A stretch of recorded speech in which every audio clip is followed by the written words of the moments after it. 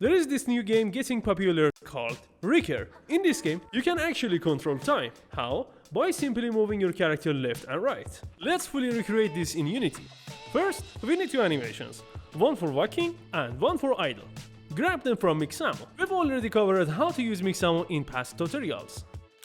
Once you bring the animations into Unity and assign them to your character, use an int called mode to control which animation plays. Mode equals 0 when the character is idle, and mode equals 1 when the character is walking. Next up, movement. Add the character controller component to your player, then jump into the code. Quick breakdown. In a start, grab references to animator and character controller. In update, use input.getAccess to detect WASD keys. Then calculate movement direction, apply rotation, and trigger animations. Accordingly, we've gone over all these in previous videos. Now let's make the camera follow the character, both left and right, and forward and back.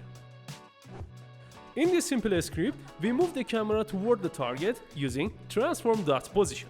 Smooth it with lerp and use look at to keep the camera focused on the player. Here's the result. Wherever the player moves, the camera follows and stays focused on them.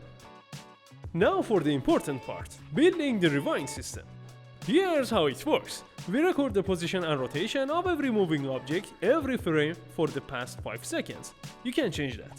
Then, based on the character's movement along the x-axis, we load those frames forward or backward. One thing to note, these objects shouldn't be children of anything and must have both collider and rigid body components. Let's test it. Hit play and wait 5 seconds for the data to record. Now move the character left or right on the x-axis and you'll see the objects load each frame accordingly. What's really happening in RECUR is this. All the actions have already occurred and been recorded. Each frame of time is saved, and as you move, those frames are played back. To make the environment feel more dynamic, let's add an explosion effect at the start of the game. We've already covered how to do that in the channel. And that's the final result. Hope this tutorial was helpful for you. Thanks for watching and have a nice day.